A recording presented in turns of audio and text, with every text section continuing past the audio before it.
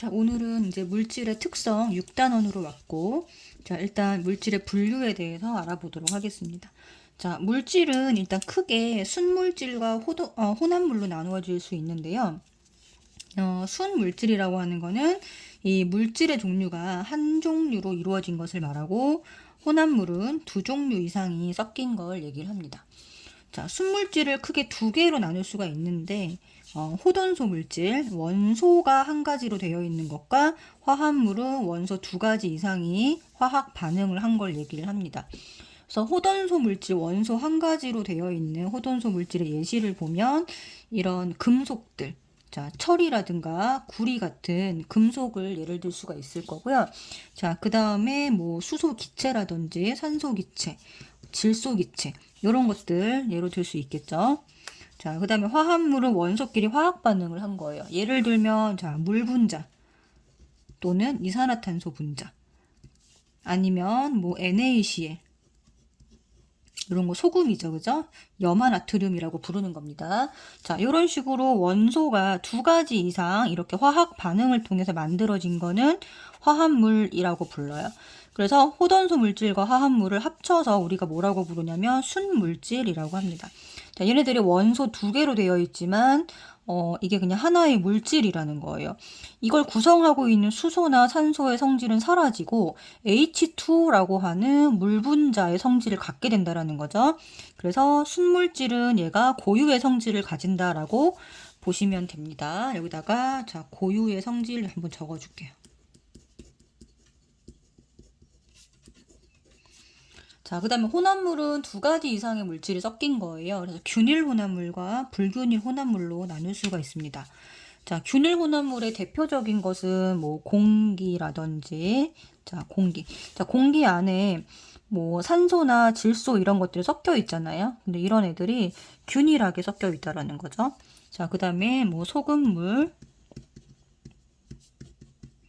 그다음 뭐 설탕물 이런 것들 예로 들 수 있고, 자, 불균일 혼합물은 자, 균일하지 않습니다. 그래서 가만히 놔두면 자, 균일하지 않기 때문에 자, 가라앉는 물질이 생깁니다.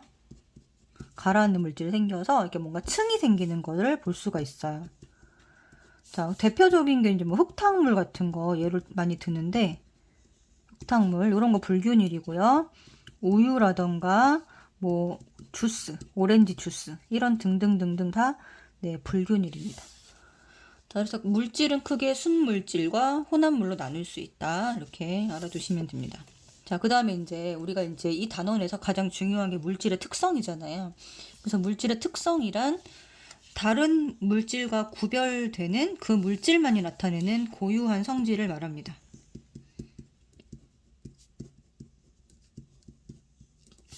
그래서 지금 뭐 칸이 여러 개가 막 나와 있는데, 예를 들면 어떤 게 있을까요? 자, 이런 곳에 이제 색깔, 냄새, 뭐 맛.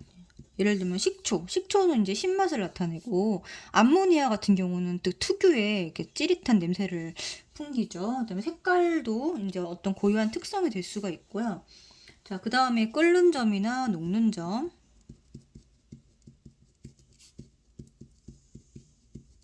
뭐 어는 점, 그리고 여기서 이제 배우는 용해도, 밀도 또는 비열 이런 것들을 네, 예로 들 수 있을 것 같습니다. 자, 비열은 우리가 중학교 지금 아직 안 배웠죠. 8단원에 배웁니다. 요거는 이제 뒤에 가면은 이제 8단원에서 네, 배우게 되고요. 자, 일단 물질의 특성에 색깔, 냄새, 맛, 그 다음에 끓는 점, 녹는 점, 용해도, 밀도, 비열 등이 있다. 자, 그래서 이런 것들의 특징이 뭐냐면 물질의 종류에 따라 다르다는 겁니다. 자, 물질의 뭐에 따라 다르다? 네, 종류에 따라 다릅니다. 그 다음에 같은 물질이면 일정한 값을 갖는다는 특징이 있고요.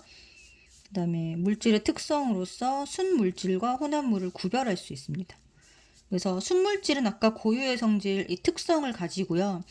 혼합물은 이 특성이 섞여 있는 것이기 때문에 일정하지 않다.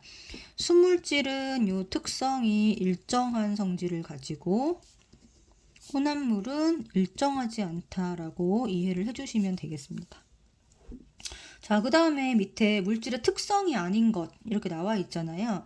뭐 특성이 아닌 것은 길이라든지 질량이라든지 뭐 부피라든지 이런 것들은 특성이 될 수가 없습니다.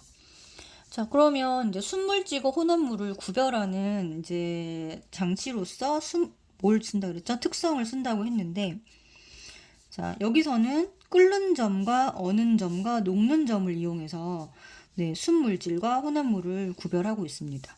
그래서 자, 끓는 점이라고 하는 거는 네, 이렇게 혼합물에서 이렇게 올라가는 현상. 자, 끓는 점이 더 높은 온도에서 끓기 시작해서 계속 이렇게 증가하는 이런 현상을 끓는 점 오름 현상이라고 부릅니다. 그래서 밑에 보면은 이렇게 일정한 그래프 보이시죠? 100도씨에서 물이 끓는데 일정한 것이 그냥 순수한 물이고요. 그리고 이렇게 끓기 시작하는 온도가 더 높은 온도에서 끓기 시작해서 계속 올라가는 자, 이런 특징을 보이는 게 소금물입니다. 이게 소금물. 자, 밑에 있는 그래프가 물인 것이죠. 그죠? 네. 그래서 혼합물은 순물질보다 네, 높은 온도에서 끓기 시작하고 계속 온도가 올라간다. 이렇게 기억을 해주시면 되고요. 자, 그 다음에 고체 액체 혼합물에서 어는 점은 이렇게 내려가는 현상을 볼 수가 있습니다. 그래서 어는 점 내림 현상이라고 하고, 자, 얼기 시작하는 온도가 이렇게 일정한 거는 순물질, 물입니다. 근데 더 낮은 온도에서 얼기 시작해서 이렇게 내려가는 얘가 이제 소금물이 되는 거죠. 그래서 혼합물은 순물질보다 낮은 온도에서 얼기 시작하고 계속 온도가 내려간다. 이렇게 보시면 됩니다. 자, 그 다음에 고체 혼합물에서 녹는 점에 여기 보시면은 자, 요거 두 개가 섞여 있는 거거든요. 이거는 순물질이에요. 그 다음에 요 나프탈렌도 순물질입니다. 자, 얘가 고체 상태에서 녹는 걸 얘기하는 건데, 자, 두 개가 섞여 있는 게 뭐냐면 요 밑에 있는 겁니다. 자, 예, 지금 표시하는 요 그래프가 섞여 있는 혼합물 그래프예요. 자, 그러면 온도가 이렇게 내려간 것을 볼 수가 있죠? 그죠? 자, 그래서 혼합물은 순물질보다 낮은 온도에서 녹기 시작하고, 그 다음에 계속 온도가 내려간다. 그래서 녹는 점도 자, 내림 현상이다. 이렇게 기억을 해주면 됩니다. 자, 끓는 점만 오름 현상이고요. 자, 어는 점, 녹는 점. 이거 똑같죠? 어는 점이 0도면 녹는 점도 0도입니다. 그러니까 내림 현상 똑같이 이해를 해주시면 됩니다. 자, 그래서 우리가 생활 속에서 이걸 어디에 이용을 하냐면, 자, 달걀 삶을 때, 네, 소금물에다가 삶으면 끓는 점이 올라가서 더 빨리 익는 것을 볼 수가 있고, 라면을 끓일 때도 스프를 먼저 넣는 거, 이런 것도 생활 속에서 이용하는 거라고 보실 수가 있고, 자, 그 다음에 겨울철에 자동차에다가 이제 엔진 얼질 말하고 이제 부동액을 넣어주죠. 자, 부동액도 고체 액체 혼합물에 어는 점 내림 현상입니다. 자, 0도씨 물을 넣으면 0도씨만 되면 바로 얼어버리잖아요. 그래서 부동액을 물 대신에 넣어주면 어는 점이 이렇게 내려가서 네, 그 엔진이 어는 것을 막 방지를 할 수가 있죠. 자, 그 다음 눈 쌓인 도로에다가 염화칼슘 뿌리는 것도 네, 어는 점을 이렇게 내려주는 효과가 있는 겁니다. 자, 그 다음에 땜납이라든가 퓨즈 이런 것들은 이제 땜납은 이렇게 철판과 철판 사이를 이런 식으로 때우는 걸 말하는 거예요. 이걸 땜납이라고 하는데, 자, 이거는 이렇게 때우고 나서 나중에 분리하기가 쉬워야 됩니다. 이렇게 땜납을 하는 이유는요, 분리하기 쉬우라고, 쉬우라고 그렇게 하는 겁니다. 자, 분리를 잘하게 하기 위해서예요. 그래서 녹일 때 녹는 점이 낮아야 분리가 잘 되겠죠. 그 다음에 퓨즈도 마찬가지예요. 퓨즈는 이렇게 전선이 연결돼 있을 때 요 퓨즈 부분이 잘 녹아서 자, 불이 나거나 화재가 나거나 했을 때 이 부분이 잘 끊겨야 됩니다. 이렇게 끊겨야 됩니다. 여기도 여기가 잘 분리가 돼야 됩니다. 그래서 자, 땜납을 이용을 하는 건데요. 얘는 두 가지가 섞인 거예요. 납이랑 주석이 섞여서 납과 주석 두 가지 이제 고체 물질이 섞여 있는 혼합물이라서 얘가 낮은 온도에서 잘 녹는다. 이렇게 이해를 해주시면 됩니다. 자, 그러면 한 장 넘겨서 이제 물질의 특성 첫 번째 끓는 점과 뭐 녹는 점, 어는 점에 대해 살펴보도록 하겠습니다.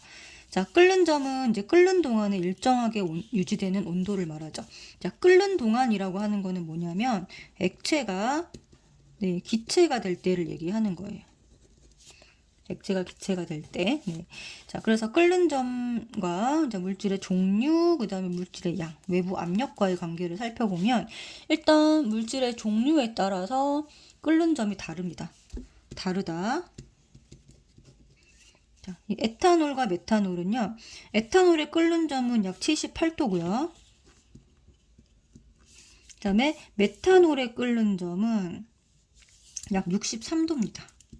네, 온도가 다르지, 그죠? 자, 그래서 이게 무슨 차이냐면 물질을 이루는 물질을 이루는 입자, 분자죠, 그죠? 입자 사이에 어떤 잡아당기는 인력, 자, 서로 간에 이제 잡아당기는 인력이 클수록 자, 끓는 점이 높다. 이렇게 이해를 해주시면 됩니다. 그래서 자, 에탄올 분자랑 메탄올 분자가 있다고 하면 에탄올 분자의 인력이 더 크다는 거죠. 자, 인력을 물어보면 누가 더 크다? 라고 답을 하면 된다고요. 에탄올 분자가 메탄올보다 더 크다. 이렇게 이해를 해주시면 되고 인력이 더 큰 것이 끓는 점이 더 높다. 이렇게 됩니다. 그 다음에 양을 보면요.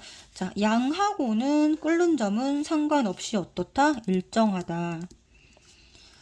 단 양이 많을수록 끓는 점에 늦게 도달하고요. 결국 도달한 끓는 점은 같다가 됩니다. 여기 자, 5ml 에탄올과 10ml 에탄올이 있으면은 자, 5ml 에탄올이 도달한 시간이 자, 10ml 에탄올이 끓는 점에 도달한 시간보다 T1, T2라고 하면 얘가 더 작은 것을 볼 수가 있죠. 그쵸? 양이 작을수록 시간이 더 적게 걸린다. 이렇게 보시면 되고 그 다음에 외부 압력이 높아지면 어떻게 될까요? 끓는 점이 덩달아 같이 높아집니다. 그리고 압력이 낮아지면 끓는 점이 낮아진다. 이렇게 해주시면 됩니다. 압력에 따라서는 얘가 자, 이렇게 비례해서 움직인다는 거죠. 그래서 압력밥솥 같은 경우는 내부 압력이 높잖아요. 그래서 밥이 빨리 됩니다. 끓는 점이 높아지는 성질을 이용한 거죠. 자, 그 다음에 우리가 높은 산에 올라가서 밥을 하면 그냥 냄비 뚜껑을 닫아 놓으면 밥이 서리는 것을 볼 수가 있어요. 그래서 항상 자, 높은 산에 올라가서 여기서 밥을 하면 이 냄비 뚜껑에다가 이런 돌을 얹어 놔야 된다로. 이게 그죠? 돌을 얹어 놔야 돼요. 얘가 이제 산에 올라가서 기압이 낮아진 만큼 돌로 눌러서 어떻게 하는데 기압을 맞춰주는 거죠. 그렇죠? 그래서 높은 산에 올라가서 그냥 밥을 하면 서리그니까 왜 그러냐? 봤더니 낮은 기압으로 끓는 점이 낮아지기 때문입니다. 자, 여기서 헷갈리면 안 돼요. 높은 산에 올라가면 기압이 낮아진다. 이거 꼭 기억을 하셔야 됩니다. 자, 그럼 밑에 여러 가지 액체의 가열 곡선을 한번 해석을 해보도록 할 텐데요. 자, 끓는 점 A, B, C, D 곡선이 있을 때 끓는 점을 비교를 하면 자, 결과적으로 이렇게 도달한 온도를 보시면 됩니다. 이 왼쪽으로 갔을 때 A의 온도는 여기가 되겠죠. A는 여기 온도가 되고요. 자, B랑 C는 여기 똑같습니다. 그 다음에 D는 결과적으로 이 온도에 도달을 하는 거죠. 그죠? 그래서 자, 온도는 A가 가장 높고 B랑 C가 같고 그 다음에 D다. 이렇게 봐주시면 되고요. 그 다음에 같은 물질로 보이는 것은 끓는 점이 같은 B와 C가 됩니다. 자, B와 C가 같은 물질이다. 그 다음에 B, C 중에서 양이 더 많은 거는 누구냐? 늦게. 자, B는 여기고요. 시간이 요쯤 되고요. B가 자, 요거는 자, C의 시간입니다. 자, 그러면 자, B보다 C가 시간이 오래 걸리니까 양이 더 많은 거는 C다. 이렇게 하시면 되고 가장 빨리 끓기 시작한 물질. 네, 가장 빨리 끓기 시작한 게 B입니다. 그다음 물질을 이룬 입자 사이에 인력, 잡아당기는 힘, 이걸 인력이라고 하는데 자, 인력이 가장 큰 물질은 누구냐? 그러면은 이거는 끓는 점이 최대인 것을 고르면 돼요. 네, 그래서 A가 되겠죠. 답이. 그죠? 자, 그 다음에 녹는 점과 어는 점. 이렇게 이거는 이제 중학교 1학년 때 배운 겁니다.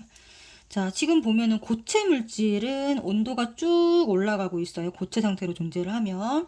자, 그런데 올라가다가 이렇게 온도가 일정해지는 이유는 이제 고체가 액체로 변하면서 네, 상태 변화하는데 모든 열을 쓰기 때문입니다.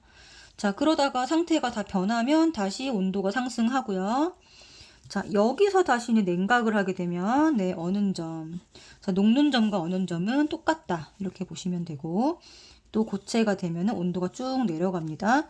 그래서 여기 보면 자, 이렇게 온도가 일정한 고체에서 액체로 될 때 온도가 일정한 요 지점에서 상태 변화가 일어나고요. 고체에서 액체로 바뀐다. 이렇게 보시면 되고 자, 어는 점 마찬가지로 상태 변화가 일어나고요. 고체에서 액체로 바뀐다. 이렇게 해주시면 됩니다. 제가 잘못 얘기했네요. 녹는 점이 고체에서 액체로 바뀌고 여기는 액체에서 고체로 바뀐다. 이렇게 해주시면 되겠죠?